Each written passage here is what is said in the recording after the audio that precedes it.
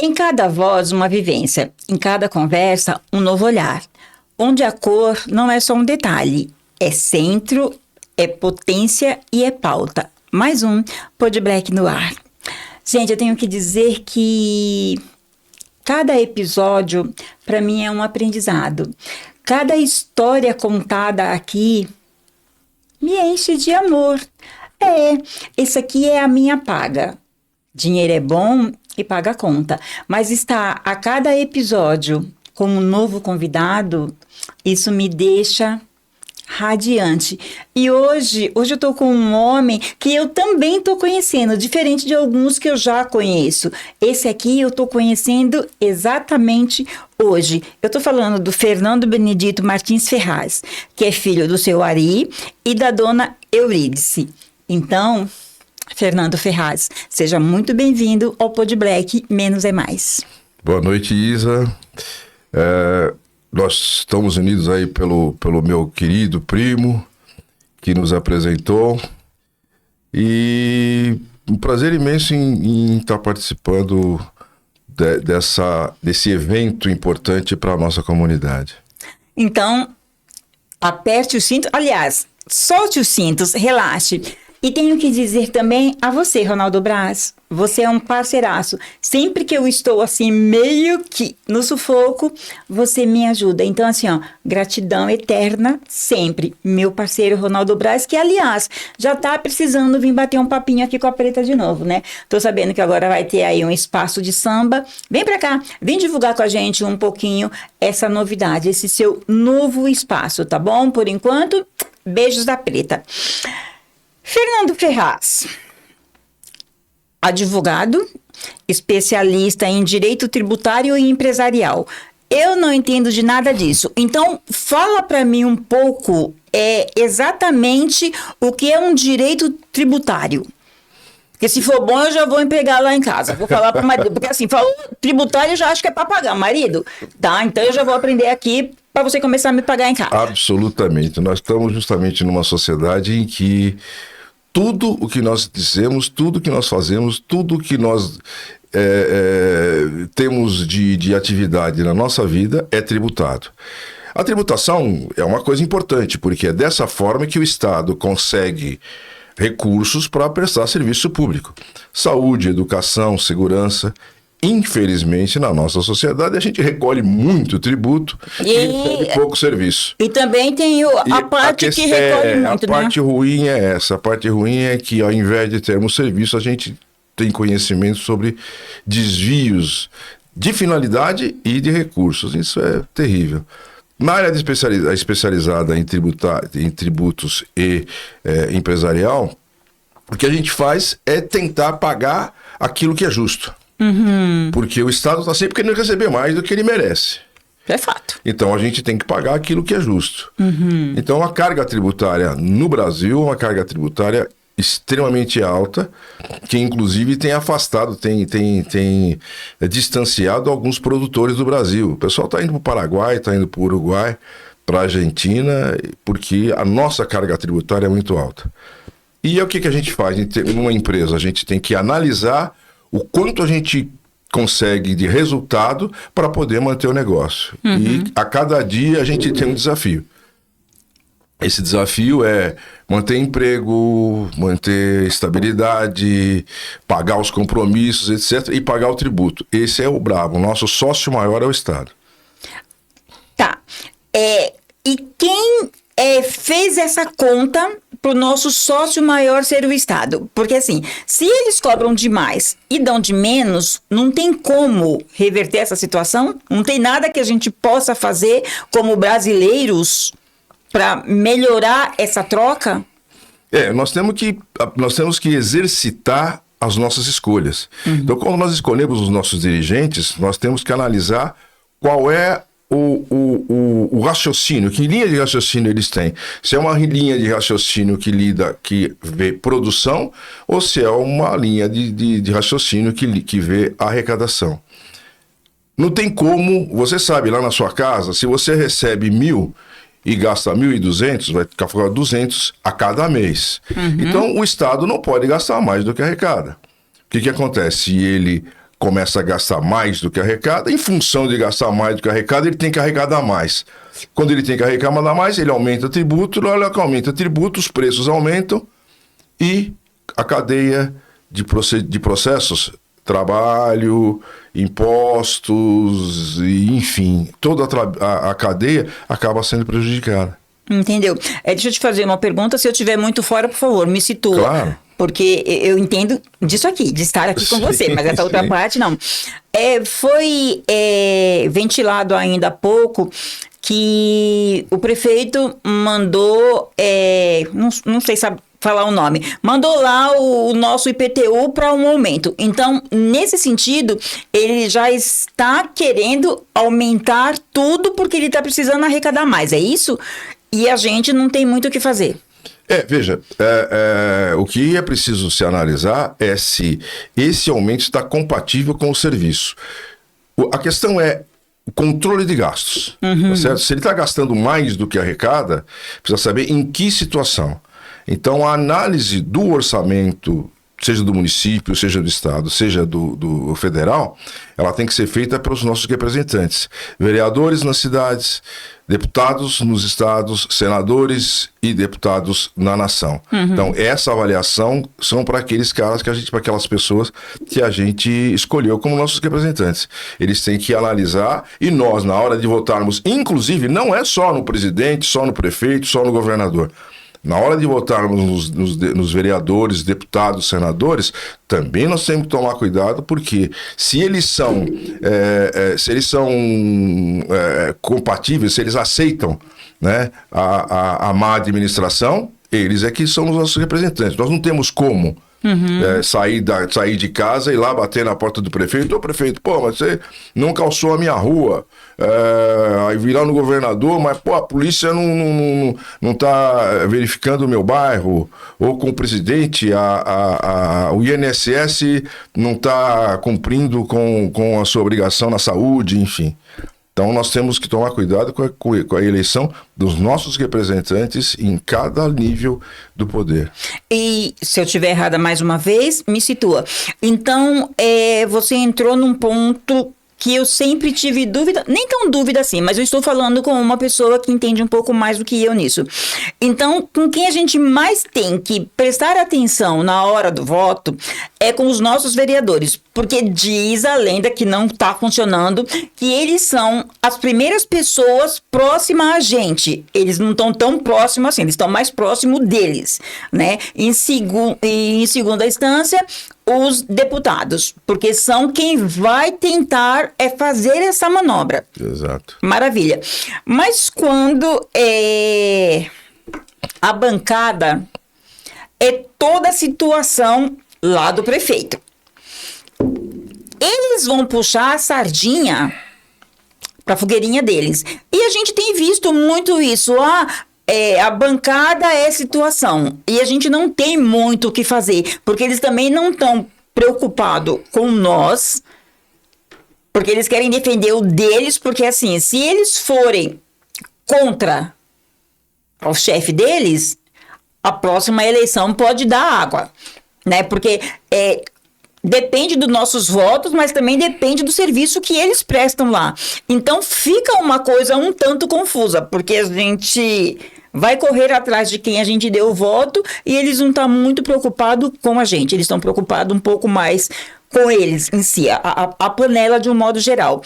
Aí o que fazer? Porque quando você vai votar no vereador, você dá uma estudada, você procura conhecer um pouco modus operandi. Mas é fato que quando tá lá dentro, é aquele negócio, ou você tá comigo ou você tá contra.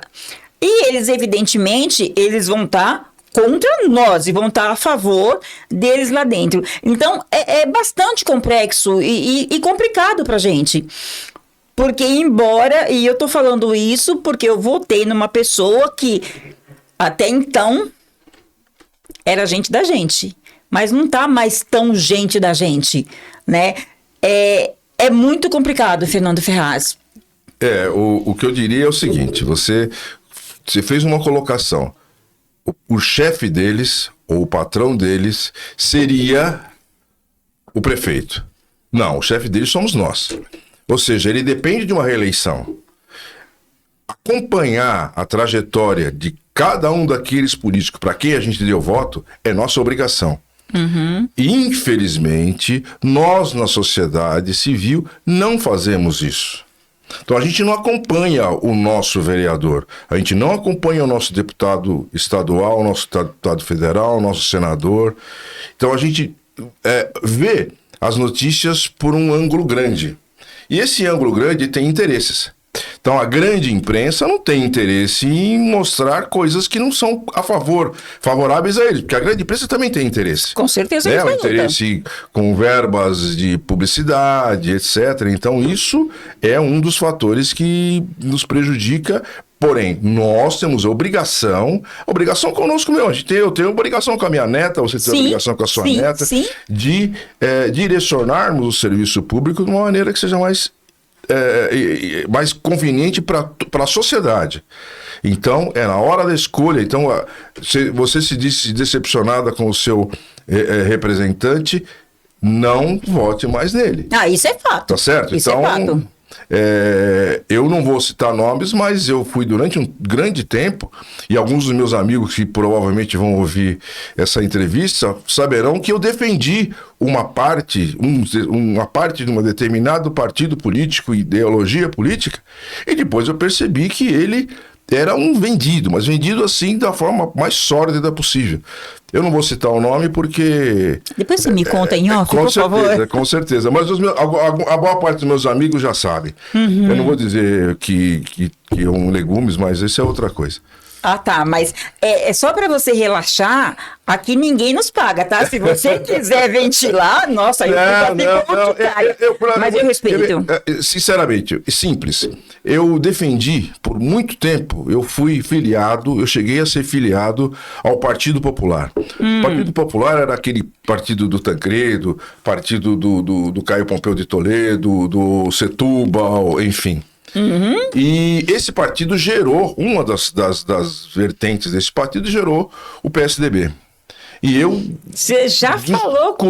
Discuti, briguei, lutei, tive apoio ao PSDB. No momento em que eu soube que os açougueiros da JBS estavam negociando propina com o Aécio Neves e o partido não fez nada, simplesmente botou pano, eu não voto nunca mais no PSDB.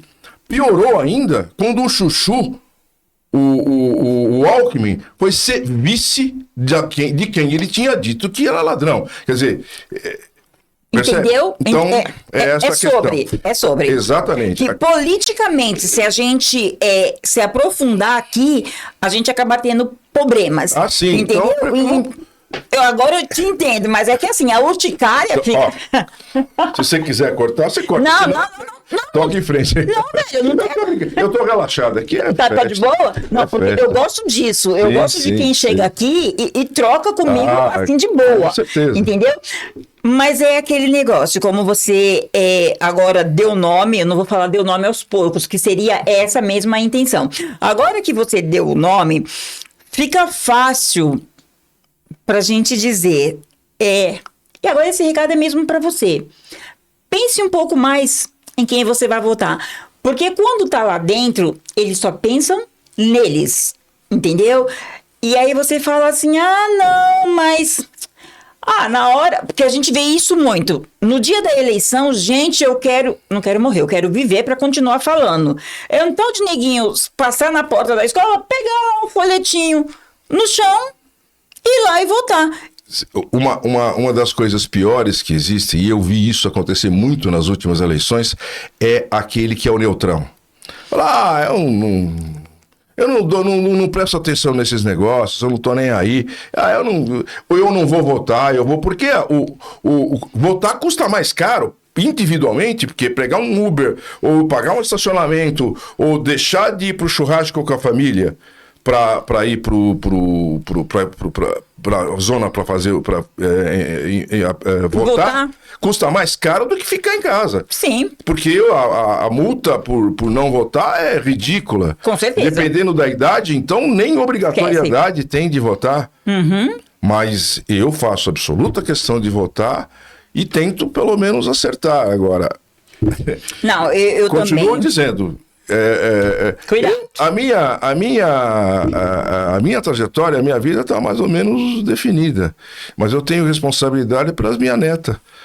Né? E tenho responsabilidade por uma sociedade imensa, dependendo de segurança, de atitudes do Estado. Você deve conhecer, se você não. Só citando um detalhe.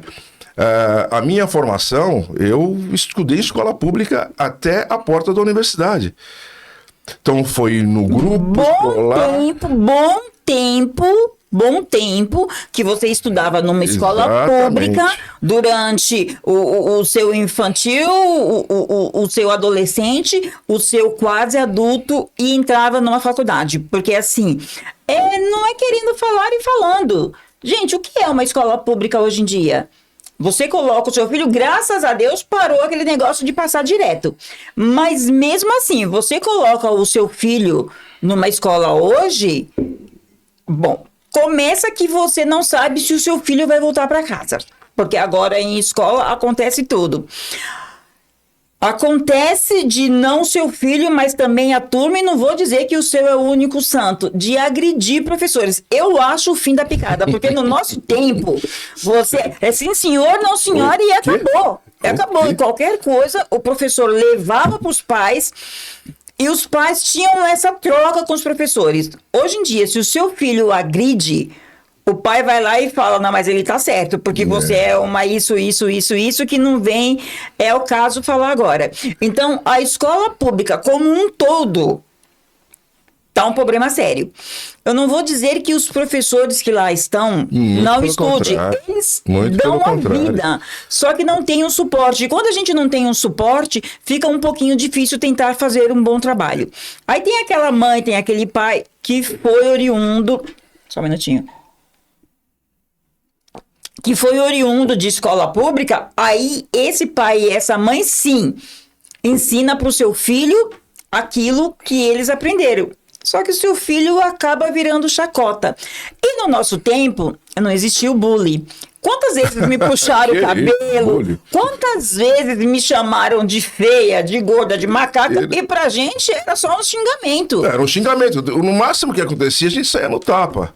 Ou então, os mais fracos, como eu, sentavam no canto e choravam. Não, maneira de dizer, o meu irmão saía no tapa. Saía no tapa e defendia. Aí o que acontecia? A diretora pegava ambos, colocava na diretoria. Ficava de costas. De cara pra parede. Isso. E chama pai e mãe, que se só sai quando o pai e mãe chegar. Tem um episódio interessante na minha história de escola, que você já deu na apresentação, minha mãe era uma faxineira e meu pai era um pintor de paredes. Meu pai é o meu único herói e minha mãe é a mentora da minha vida. Um dia, na época, isso nos idos de 1900 e tralalá. Mas você com essa carinha de mocinha, sei lá. Tá bom, clássica, eu faço. Mas nós formava fila, cantava o hino, entrava todo mundo em fila, sentava no horário certo, o professor entrava em aula, a aula começava e assim seguia.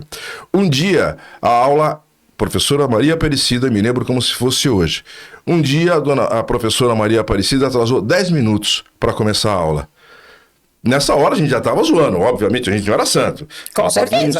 Ela chegou, todo mundo se sentou, ela entrou em sala de aula e disse: eu peço desculpa a vocês, que eu estou atrasada, mas eu estou atrasada por um motivo muito importante.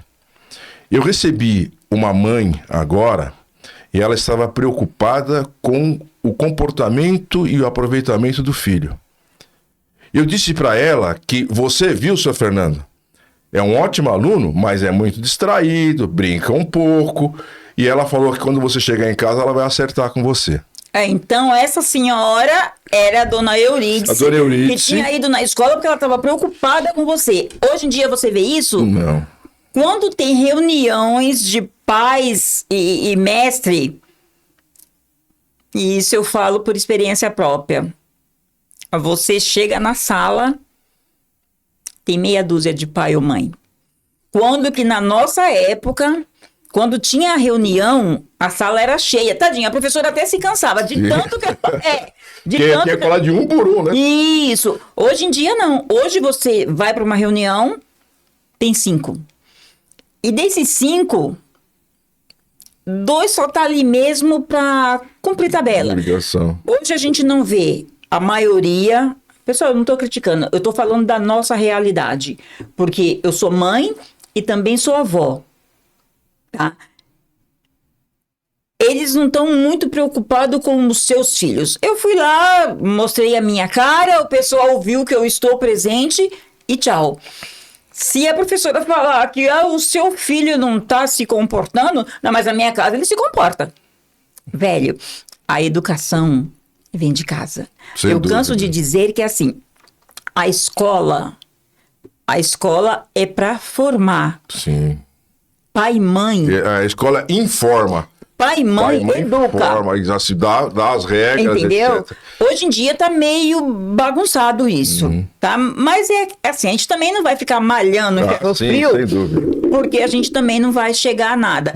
E gostaria imensamente que quando a minha neta, a sua neta, tivesse na fase adulta, já para um colégio, uma faculdade, que a gente tivesse conseguido mudar um pouco isso.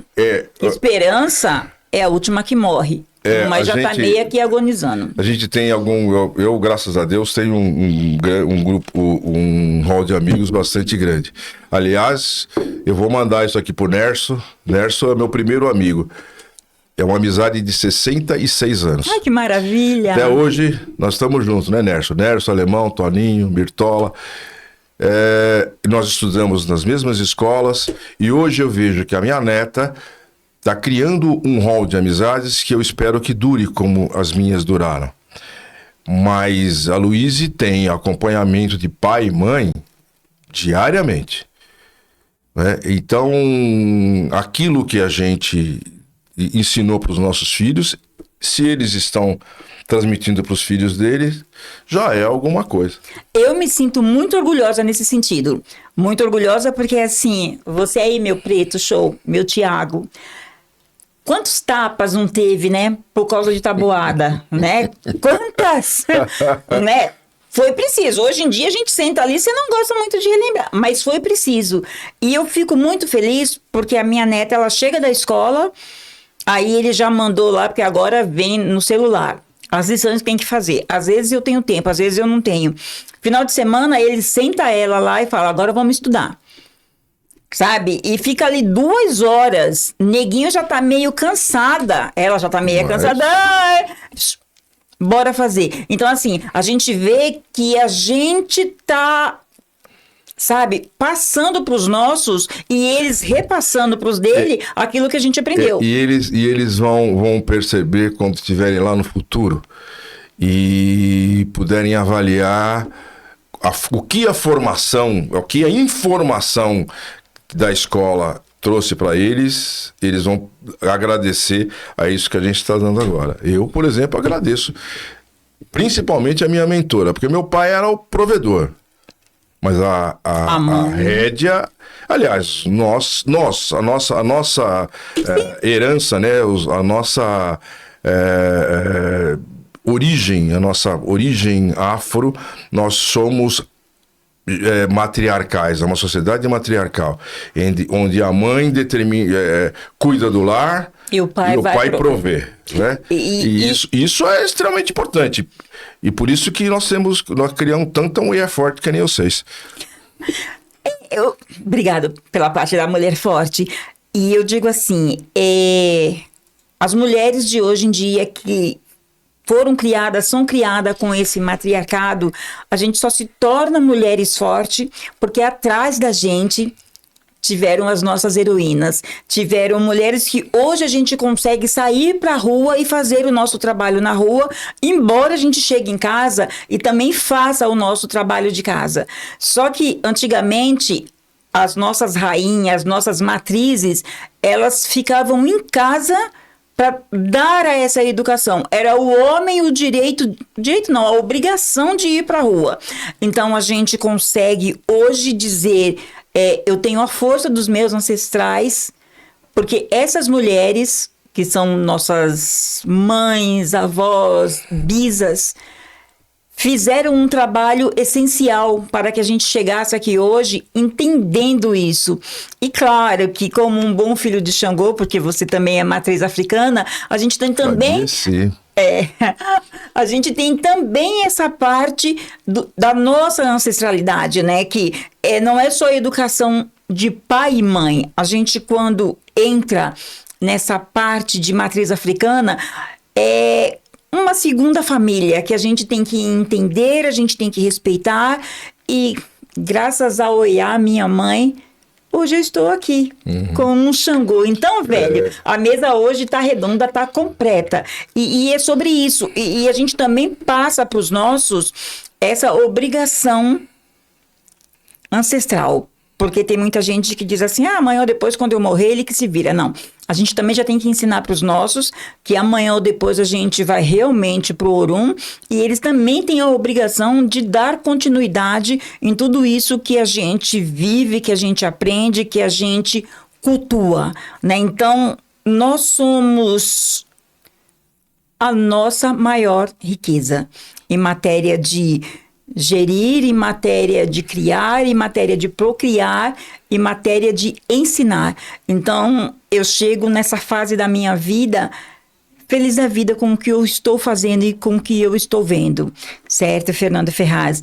E tenho certeza que com você não é diferente. Mas agora me diz uma coisa, você é de matriz africana, mas também você é da maçonaria. Eu tenho muita curiosidade e quero que você fale pra gente como é essa parte. Porque há alguns bons anos, toda vez que eu escutava falar em um maçom, eu falava, eu nunca vou estar perto dessa pessoa.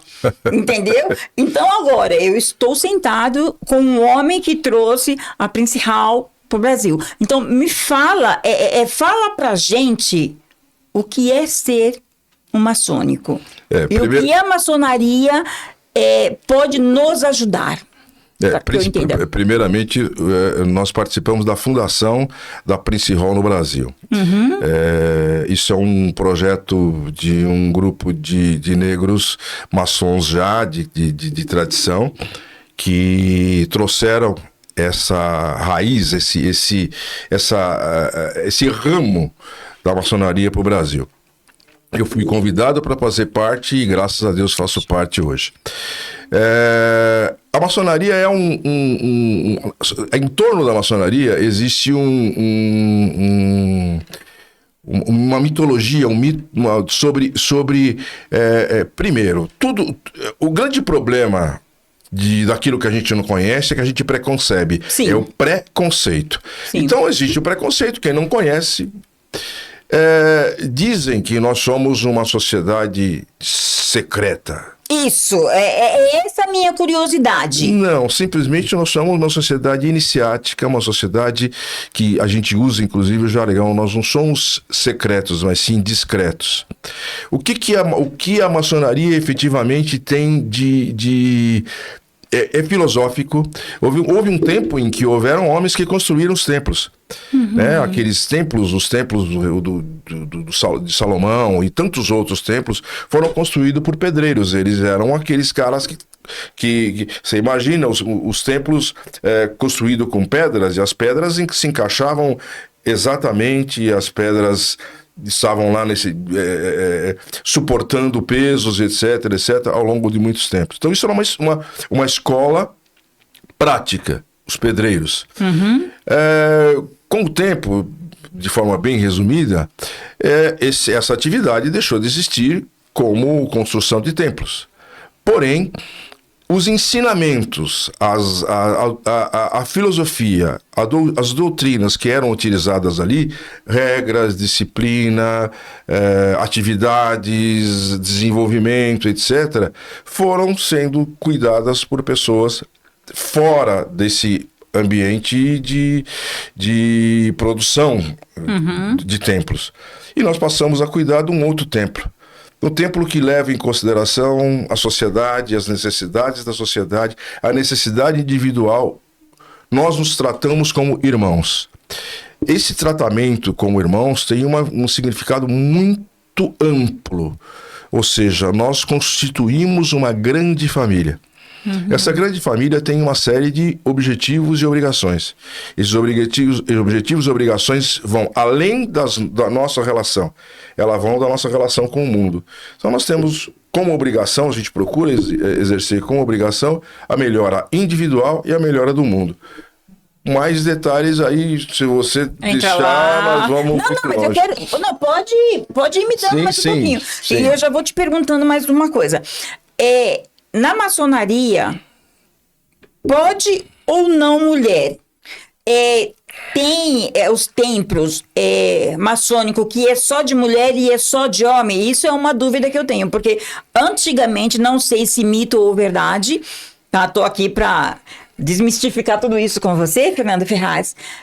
Antigamente, bem antigamente, era molecota ainda, isso já faz um bom tempo, diziam que não, que mulher não podia participar de templos maçônicos.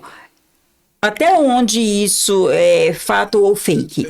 É uma atividade que se mantém há muito tempo. Eu não vou poder perder a oportunidade de contar a piada, porque se a mulher pudesse participar, ela não estava mais existindo, porque a briga ia ser muito grande, não ia ter mais segredo. Isso é só uma piada. Não, eu entendi. Interrompi a piada. Certo. Mas, veja, por tradição, então eu vou tentar...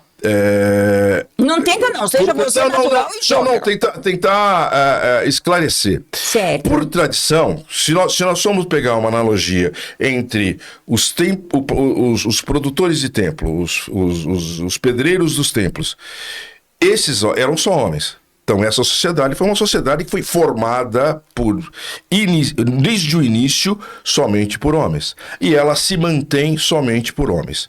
Existem alguns casos em que a mulher participa. Nós temos um termo que nós utilizamos na maçonaria de regularidade ou irregularidade. Então, as mulheres participam da maçonaria como? Nas obras beneméritas, por exemplo. Então, nas obras beneméritas, quando se tem uma ação benemérita, as mulheres participam de forma ativa. Mas nas nossas reuniões, elas são exclusivamente para homens. Não gostei, mas espera. Não fui eu que criei, eu simplesmente sigo. Existem algumas regras, essas regras... regras foram feitas para ser cumpridas. Mas algumas delas, inclusive, nós mesmos discutimos isso. Não faz muito tempo nós discutimos sobre existe como se fosse um conjunto de regras que são os landmarks, que são medidas da terra, né, que determinam alguns comportamentos e algumas possibilidades de existência ou de atividade dentro da maçonaria. Uma delas é essa. Por exemplo, uma outra questão que talvez, não sei se você saiba, mas você sabe, o maçom tem que praticar ou acreditar em alguma coisa. Ele tem que se ligar, ou seja, religar, né? Ele tem que ter uma religião, né? Então, uma ligação com alguma coisa sagrada. É uma regra também, né? Então, ele tem que ter uma religião, não importa qual seja, mas ele tem que ter uma religião. Então, são coisas que vêm de há muito tempo, que elas são desse jeito e a gente entende que elas fazem com que a maçonaria se perpetue. Tá, então Isa Breck, eu nunca vou conseguir entrar num templo para escancaradamente, para você me entender, xeretar, conhecer. Não, veja, são duas coisas distintas. Uma coisa é você participar de uma sessão. Outra coisa é conhecer um templo. Você será convidada, na primeira oportunidade que nós tivermos uma sessão aberta, uma sessão pública, você será convidada a participar e a conhecer as nossas instalações e ter conhecimento. Inclusive, eu vou indicar para você assistir algumas palestras de alguns dos irmãos que dão um entendimento mais profundo sobre a matéria.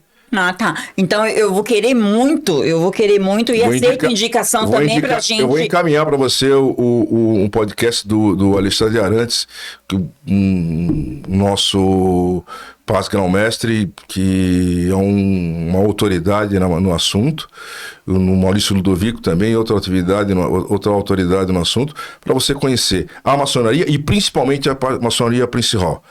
A maçonaria Prince Hall veio para quebrar mais um preconceito. Ou seja, os negros eram proibidos de participar da maçonaria. Aí esse homem, o Prince Hall, não se conformava com isso e começou a criar um movimento, e esse movimento transformou a maçonaria mundial, criando a maçonaria dos negros. Nos Estados Unidos, você tem algumas... o grande núcleo, né? O grande núcleo vem dos Estados Unidos. Nós, aqui no Brasil, somos licenciados, são termos técnicos, licenciados, nós temos autorização. Nós somos licenciados pela Prince Hall americana. Então, eles disseram, olha, lá no Brasil, essas pessoas, esses homens, desde que cumpram essas e essas condições, estão autorizados a operar uma loja Prince Hall. Então, é isso que nós temos no Brasil. Essa importância de termos trazido para o Brasil. Isso não significa que somos os únicos negros na maçonaria, muito pelo contrário. Nós temos muitos irmãos negros, muitos, graças a Deus. Mas especificamente uma corrente maçônica Prince Hall e com os princípios da nossa etimologia é a Prince Hall São Paulo, Brasil, e estamos aí espalhando pelo Brasil e fora. Tá, eu gostei de tudo isso que você falou e a cabeça tá aqui viajando. Do mesmo jeito que homens negros era proibido, talvez o termo não seja bem esse, mas é esse que encaixa para mim agora. Sim. Que homens negros era proibido de participar da maçonaria, e o Prince foi lá e fez a lição de casa dele, e graças a Deus, hoje eu conheço você, que é descendente dessa filosofia, e tá aqui tentando me explicar um pouquinho. Amanhã ou depois, muito depois, se uma mulher resolver fazer a mesma coisa, você acha que há possibilidade, você acha que mulheres do seu convívio, mulheres dos amigos que fazem parte dessa sociedade, não pensa nisso? Mulheres não estão tentando se juntar, mas não sabem como realmente, mas que querem também ter. Porque é assim, e agora eu tô falando mulheres. Sim, perfeito. Mulheres. Eu, se fosse uma maçônica, ou se eu tivesse o privilégio de estar assim, ligado com você, se o meu marido fosse da maçonaria, ele tava full. Ele tava full porque assim, ou você me dá o princípio base para que eu funde a minha, ou você não dorme mais comigo, porque espero que você me entenda, eu sou meio apagada também. Não, tô entendendo perfeitamente. Porque eu só vou lá, eu só posso ser partícipe quando é atos benemérito. Eu, Isa Breck, eu não tô falando as outras mulheres, eu respeito vocês, tá? Se vocês acham que tudo bem, tudo bem. Mas eu, Isa, não ia dar legal. Eu ia tirar o sossego, tadinho, ainda bem que ele não é. Tá? Eu ia tirar o sossego e falar, não, velhinho, vem comigo. É tudo muito bom, é tudo muito bem, mas eu quero ir a fundo. Eu entendo que é uma questão que tudo na vida é uma evolução. Eu acho que hoje, por exemplo, como eu vejo as mulheres participando, para você ter uma ideia, na minha empresa, no meu departamento é uma maioria de mulheres. Eu vejo num futuro breve não só a maioria numérica de mulheres no mundo, mas uma grande parte, ou quase a maioria de mulheres comandando o mundo. Sim. Né? Da mesma forma que a maçonaria evoluiu das guildas para hoje para os templos, para as salas, né? Eu não duvido que evoluam para a participação de mulheres. Porém, tem um detalhe. Eu gostei desse porém, já até não com relação às mulheres. Ah, tá. É com relação ao crescimento da maçonaria. Como com relação ao crescimento das atividades tradicionais. Elas têm diminuído. Por consequência, veja, é um visionário. Eu estou aqui divagando, eu não tenho nenhum dado, nenhuma informação que me leve a isso, mas a diminuição de participação das pessoas na ordem pode também influenciar na não evolução ao ponto de chegar às mulheres. Veja que eu usei o termo evolução. Porque assim, para que a coisa evolua, quem já está precisa manter essa força, essa vontade de fazer o novo acontecer. Exato. Né? E quando a gente está segregado em qualquer situação, quando a gente é partícipe de qualquer segmento, e por cargas d'água você começa a ir se distanciando realmente. As gerações que vêm a seguir talvez não chegue nessa minha vontade de mulheres, né, ter os seus templos. Porque assim, eu não vou falar o nome porque eu sou uma pessoa educada, mas eu conheço uma mulher que me disse que não, em tal lugar tem um templo que é só de mulheres, eu vou até te levar lá. Não, eu devia... pode até haver. O que a gente está comentando é que continuo entendo como uma evolução. Pode até haver. A questão é se estará ou não recepcionada pelas ordens como um todo.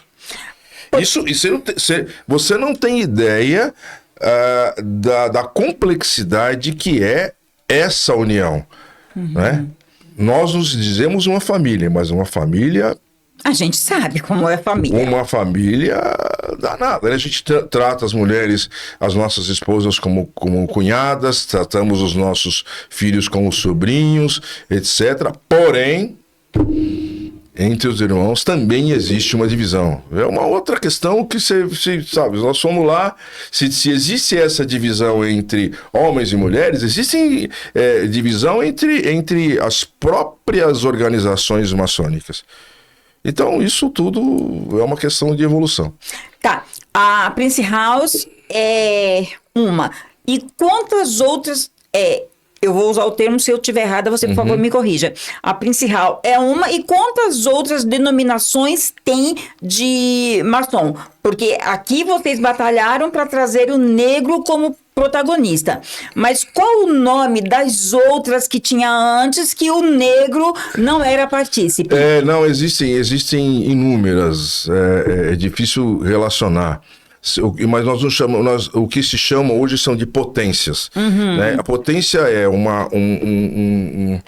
é que eu posso dizer? É uma organização que junta alguns tipos de irmãos sobre uma determinada constituição, sobre uma determinada legislação, sobre determinadas regras, etc.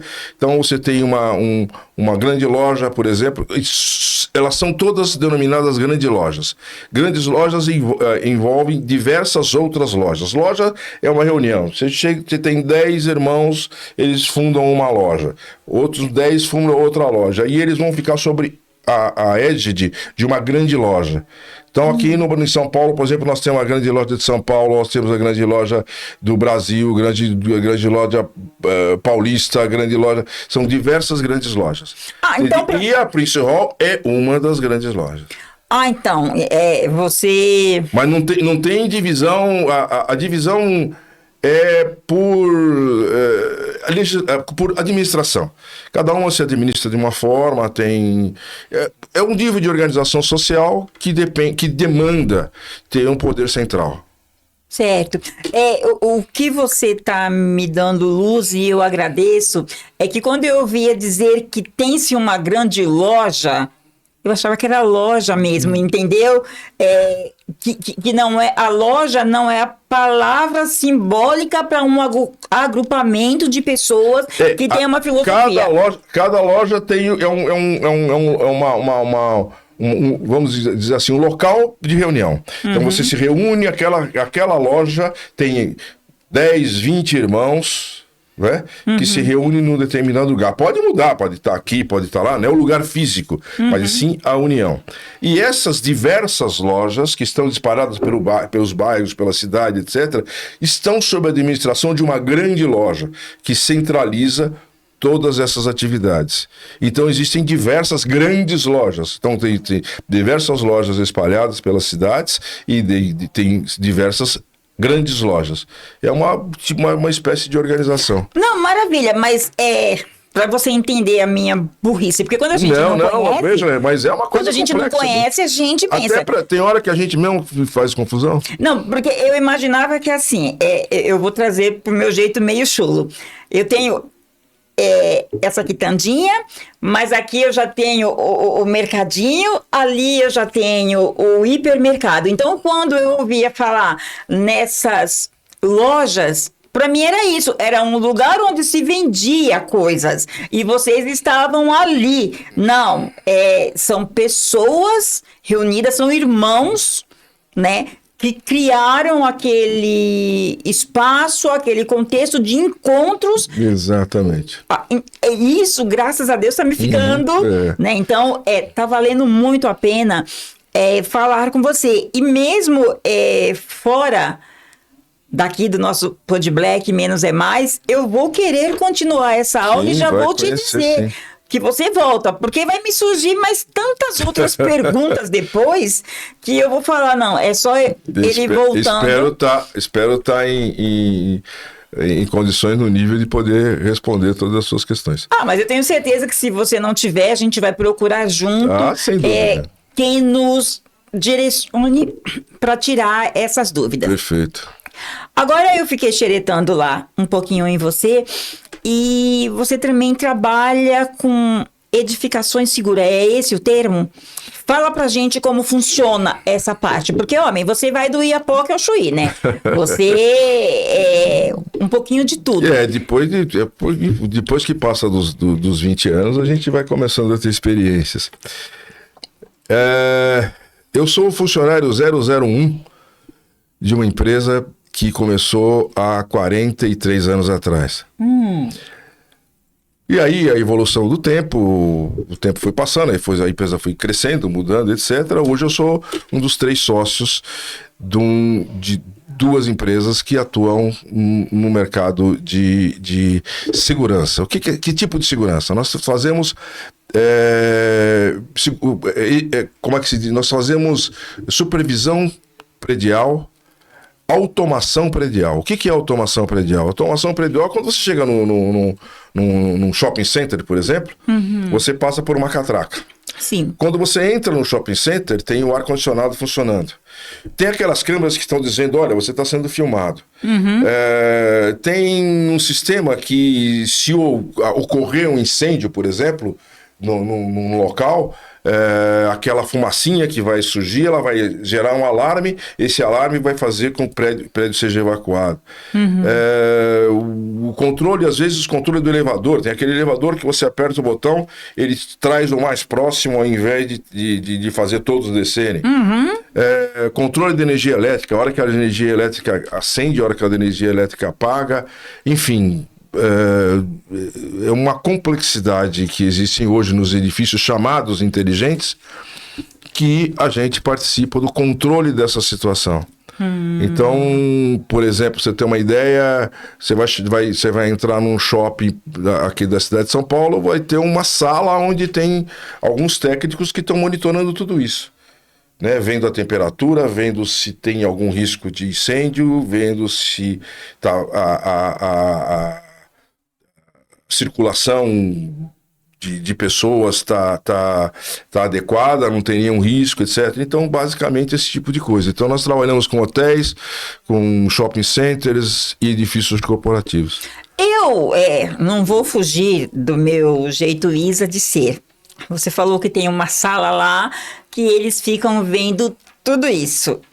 Então, mulherada, vocês que andam no shopping center e que de vez escuta. Não, deixa eu fazer a minha piada agora. Você, mulherada, que anda no shopping, pensa que sempre tem alguém vigiando. Então, não usa aquela calcinha que fica um pouquinho arrochada e você vai enfiar o dedinho, porque não é o caso da equipe dele. Mas sempre tem quem esteja de olho.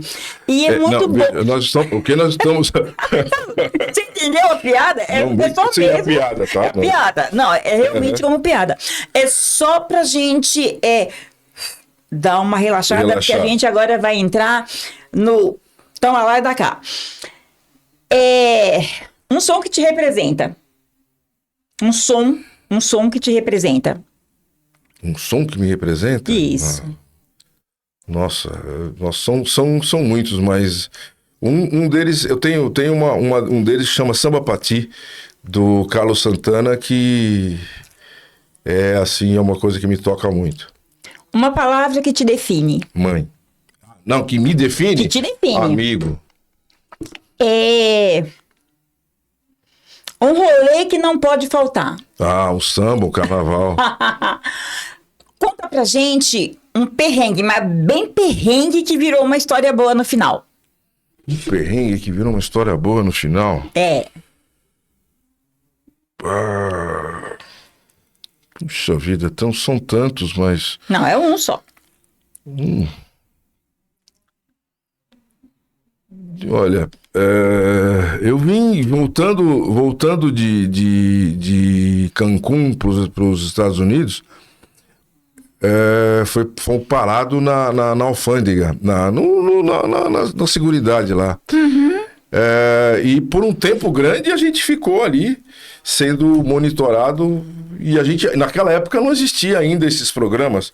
Se existisse, a gente estaria com mais medo, mas graças a Deus foi só um perrengue que hoje a gente conta como dar risada, conta porque que eles estavam invocados com óculos do tamanho que ela estava usando, etc. Mas basicamente... Se fosse no tempo de hoje, se fosse no tempo de hoje, você estaria um pouquinho mais full, que ninguém ia xeretar um pouco mais. Mas graças a Deus que não.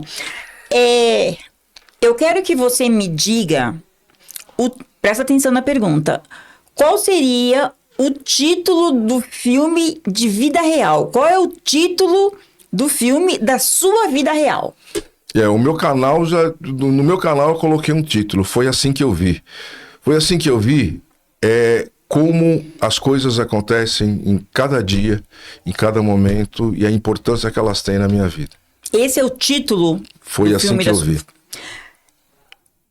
Trampo do sonho, eu acho que já é esse que você tem, porque se você entrou lá para aprender e agora você é um dos sócios, eu acho que esse é o seu trampo do sonho, ou você teria pretensão, porque enquanto a vida, a esperança e a vontade de aprender, você teria mais algum outro tipo de trampo do sonho, ou você já sonhou e está concretizando nesse sentido? Sonhos sempre existem, estão sempre aí pela frente, graças a Deus. A cada dia, hoje mesmo, antes de sair do escritório, a gente estava realizando um sonho, discutindo, conversando. Eu tenho uma equipe maravilhosa que a gente aprende diariamente. O que você diria para você, Fernando Ferraz, para o homem de 20 anos atrás? Viaje mais. Para o homem de 40 à frente? Continue viajando. Você acredita que exista amor e amizade verdadeira? Sim. Pretos no topo ou pretos... Olha, eu faço parte de uma geração, ou nós fazemos parte de uma geração, que somos a primeira geração na universidade, né? Primeiros de várias famílias, que somos os primeiros na universidade. Os nossos filhos, todos eles, já estão se formando. Isso é uma evolução ao ponto de que nós vamos chegar ao top. Eu tenho, se me permite, eu tenho dois pontos, dois momentos na minha carreira que um deles é extremamente importante. Foi no momento em que eu olhava para a propaganda, publicidade, foi no tempo que eu fazia publicidade, eu olhava na propaganda e não via a nossa cara nos anúncios. E o meu TCC na Escola Superior de Propaganda e Marketing foi justamente indicado para as empresas de marketing, de propaganda e anunciantes. Por que não mostram a nossa cara? Hoje, devagarinho, a gente está começando a ver a nossa cara. Então a gente vê na propaganda do banco, a gente vê na propaganda do supermercado, a propaganda na rede de saúde. Então eu acredito que isso já significa que nós já estamos devagarinho, vamos chegar lá. Realmente. Fernando Ferraz, infelizmente, o que é bom, passa tão rápido que a gente acha que não, que ficou só 5 minutos. Mas eu não poderia deixar de citar que você é um homem muito viajado, já viajou para mais de 30, só 5 no continente africano. Então você ainda tem muita coisa para me contar. Sem dúvida. Tá certo? Então, como a gente está finalizando, eu quero que você deixe as suas redes para que mais pessoas te conheçam, se não for rede, o seu contato profissional para que as pessoas te conheçam um pouco mais. Eu, tadinha, achando que você não é conhecido, mas eu tenho que pedir isso, tá? Isso. Deixa o seu canal também para que mais pessoas vão lá e conheça esse homem maravilhoso que eu tive a oportunidade de estar aqui. Eu preciso colar, porque tem coisa que eu não lembro de cor. Mas lá no YouTube, no YouTube o canal é... Cadê ele? Ele fugiu. Fernando Ferraz, @Fernando Ferraz 7492. Certo. O nome do canal Foi Assim Que Eu Vi, e lá tá boa parte das minhas experiências, aquilo que eu vejo aí pelo mundo afora. Então, pessoal, Fernando Ferraz, Foi Assim Que Eu Vi. E Fernando Ferraz está sendo assim que eu tô vendo. E é muito gostoso quando a gente fala de nós, de preto para preto. Lá vem ela de novo com a história. Não, gente, eu não tenho preconceito com ninguém. Aqui sento o preto, o branco, o amarelo, o verde, o azul, se tiver, sinta-se à vontade. Mas é tão mais aconchegante quando a gente consegue chegar ao final de mais um Pod Black Menos é Mais, conversando com os nossos, conversando com um homem preto que teve a educação de uma rainha e de um rei e que passou essa educação para os seus, e hoje a gente pode sentar e conversar. Eu não vou dizer de igual para igual, porque seria, né, um pouco de vaidade demais na minha pessoa, mas conversar sobre nós que ascendemos, nós que demos a nossa cara a tapa e fomos para a faculdade e fomos mostrar que sim, que somos potência. Então você que está aí e que vai estar nos vendo, que vai estar nos ouvindo daqui a alguns dias, siga esse homem porque assim, tem muito mais história e eu sou muitíssimo grata. Eu vou quebrar o protocolo, eu errei no endereço, é @Fernando Ferraz 7402. Entenderam, né? A gente no final, quando for subir, a gente vai deixar linkado, porque aí vocês também conseguem seguir um pouco mais. Meu parça, gratidão, tá? Desculpa algumas coisas que a gente... Mojubá. Sabe? Algumas coisas a gente quer saber mais, mas o tempo não é o suficiente. Ronaldo Braz, mais uma vez, gratidão pela indicação. E tenho que dizer assim... Irmão. Setembro só me trouxe coisas boas, tá? Então, que outubro venha para você também, trazendo coisas boas, sonho, realizações. E assim, dinheiro é bom, mas não é tudo. A minha fortuna fica aqui. Cada vez que eu sento aqui com uma potência, como é o Fernando. Família é meu ponto de equilíbrio. Valentina, minha linda, é a mulher que eu amo depois da avó Chica. Você é meu tudo. Então, não importa onde a avó esteja, é com você. Che, gratidão sempre. Gratidão.